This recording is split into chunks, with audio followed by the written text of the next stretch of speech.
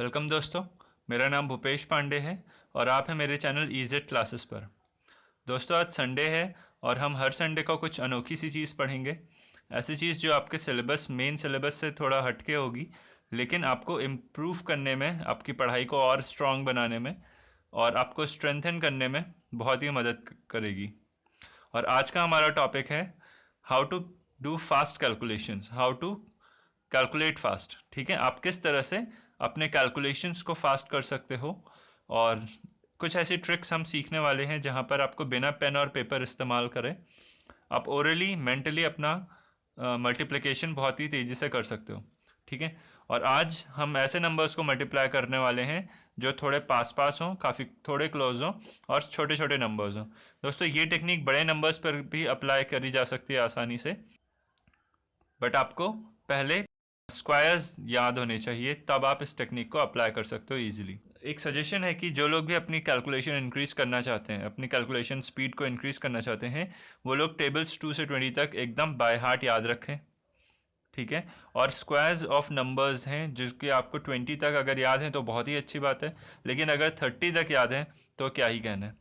ठीक है, तो squares of numbers up to 30 आप याद रख लीजिए और टेबल्स अप टू से 20 तक याद कर लीजिए। पहली दो रिक्वायरमेंट हैं, अगर आप पहले दो स्टेप्स हैं अगर आप अपनी कैलकुलेशन स्पीड को बढ़ाना चाहते हैं। ठीक है, तो चलिए शुरू करते हैं। तो आज हमारे पास 4 केसेस हमने ले रखे हैं, इन 4 केसेस को सॉल्व करते हैं इन केसेस ऑफ नंबर्स। जैसे यहाँ पर है 2 कंसेक्यूटिव नंबर्स। अगर आपके पास 2 कंसेक्यूटिव नंबर्स हुए तब आप उनको कैसे तेज़ी से मल्टीप्लाई कर देते हो। ठीक है दोस्तों, जब आप 2 कंसेक्यूटिव नंबर्स को मल्टीप्लाई करते हो तो आप एक फार्मूला हमेशा याद रखते हो कि the answer is small number square, small number का स्क्वायर प्लस स्मॉल नंबर। ठीक है, स्मॉल नंबर का स्क्वायर कर दो और जो आंसर आएगा उसमें वही स्मॉल नंबर ऐड कर दो, या फिर बिग नंबर का स्क्वायर करो और उसमें से वही बिग नंबर माइनस कर दो, तो भी आप आंसर तक पहुंच जाओगे। ये फॉर्मूला है बच्चों, ये आपको याद रखना है। ठीक है, तो जैसे 12 इंटू 13 है तो इसका आंसर डायरेक्टली आ जाएगा 12 का square plus 12, that is 144 plus 12, that is 156। ठीक है, कितना जल्दी हो गया क्या देखो कैलकुलेशन। ठीक है, उसी तरह आप इसको ऐसे भी लिख सकते हो 13 का square minus 13, that is 169 minus 13 and that also comes to be 156।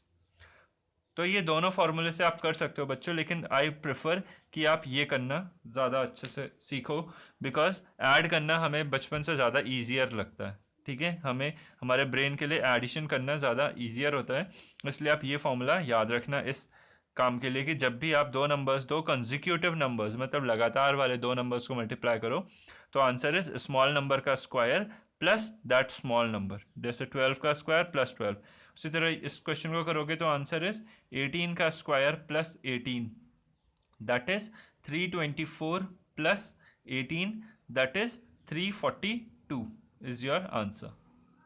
ठीक है, कितना जल्दी आंसर आ रहा है। नेक्स्ट हम पढ़ते हैं सेकेंड केस को। इसमें हम कर रहे हैं कि अगर दो नंबर्स के बीच में एक नंबर का गैप है, मतलब वो दो नंबर या तो दोनों कॉन्जिक्यूटिव इवन नंबर्स या कॉन्जिक्यूटिव ऑड नंबर्स हैं। ठीक है, मतलब उनके बीच में जो गैप है वो एक डिजिट का है, एक नंबर का है, सॉरी। ठीक है, एक नंबर है उन दोनों नंबर्स के बीच में। तो दोस्तों, जब भी ऐसे क्वेश्चंस आते हैं तो फॉर्मूला जो है वो है मिडल नंबर का स्क्वायर माइनस 1। सिंपल सा फॉर्मूला है, इसको आप याद रखना।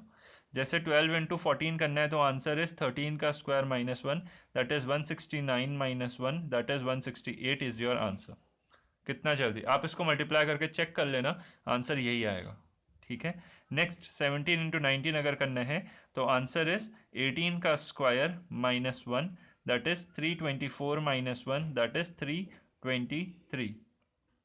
आपको जब आप प्रैक्टिस कर लोगे बच्चों तो आपको इसको लिखने की भी ज़रूरत नहीं होगी, बस आपको मेंटली सोचना और आंसर।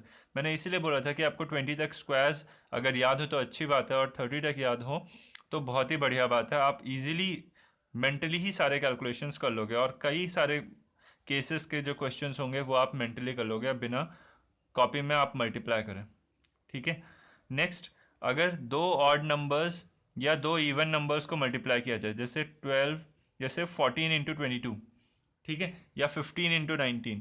अब देखो दोस्तों, जब ऐसे नंबर्स हैं तो आप देखो क्या इनके बीच में कोई मिडल नंबर आ सकता है क्या, मतलब इनके बीच में कोई ऐसा नंबर पॉसिबल है जो 14 से भी और 12 से भी, मतलब इन दोनों नंबर्स से इक्वल दूरी पर हो। ठीक है, ध्यान रखना ये केस है दो ऑड नंबर या दो इवन नंबर का, और जब भी ऐसा करते हो तो ऐसा एक मिडिल नंबर होता है। जैसे 15 और 19 के बीच में देखो 17 एक ऐसा नंबर है जो कि इन दोनों के एग्जैक्ट मिडिल में है। 15 में 2 ऐड करोगे तो 17 आएगा, और 17 में 2 ऐड करोगे तो 19 मिलेगा, इसमें 2 ऐड करोगे तो ये मिलेगा, और इसमें 2 ऐड करोगे ये मिलेगा, मतलब 17 इज़ द मिडिल नंबर। इसमें आप देखो तो मिडिल नंबर कौन है, 14 और 22, तो 18, 14 प्लस 4 करो तो कितना मिल रहा है आपको, 18 मिल रहा है, और 18 प्लस 4 कर दो तो आपको 22 मिल रहा है। ठीक है, तो आप देख रहे हो कि मिडिल नंबर पॉसिबल है। ठीक है, तो जब ऐसा होता है, ठीक है, जब ऐसा आपको नंबर मिले जिसमें दो ऑड नंबर या दो इवन नंबर्स को आपस में मल्टीप्लाई करना हो, तो उसका formula is same, middle number का स्क्वायर माइनस ये जो गैप आपने लिखा, दिस गैप, ठीक है, ठीक है, दिस गैप, इसका स्क्वायर। ठीक है, तो आंसर इसका हो जाएगा बच्चों 18 स्क्वायर माइनस 4 का square is 16, answer is 324 minus 16, that is 308। और बच्चों मैं यहाँ कैलकुलेटर से आपको करके भी दिखा देता हूँ। 14 इंटू 22 अगर आप करोगे तो देखो 308 आता है। ठीक है, तो इस तरह से आप अपने कैलकुलेशंस देखो कितनी फास्ट स्पीड से कर ले रहे हो। अब यही क्वेश्चन है, अगर इस क्वेश्चन को करना हो, आंसर इज 17 स्क्वायर माइनस 4 का स्क्वायर। ठीक है, बिकॉज 2 का square is, sorry, minus 4, because 2 का स्क्वायर आप करोगे, 2 का स्क्वायर, दिस गैप इज, यहाँ पर 4 था, यहाँ पे 2 था, और 2 का स्क्वायर जब आप करोगे that would be 4, and this is 289 minus 4, that is 285। ठीक है, कितना ईजी है। नेक्स्ट लास्ट केस हम आज का पढ़ते हैं, जब आप एक ऑड नंबर और एक इवन नंबर करते हो, तो ऐसे केसेस में there is no middle number, there is no middle number. ठीक है, ऐसे केसेस में आपको मिडल नंबर नहीं मिलेगा। फॉर एग्जांपल 12 है, 12 के बाद आप देखो 13 14। ठीक है, तो 12 और 15 के बीच में दो नंबर्स हैं, 13 और 14, लेकिन कोई एक मिडल नंबर नहीं है। There are two middle numbers 13 and 14। ठीक है, तब आप इसमें ये वाला फॉर्मूला नहीं लगा सकते। तो ऐसे क्वेश्चंस को करने के दो तरीके हैं। पहला तरीका, आप ऐसे नंबर, ऐसे क्वेश्चंस को ऐसे किया करो कि बिगर नंबर को बाहर लिखा करो।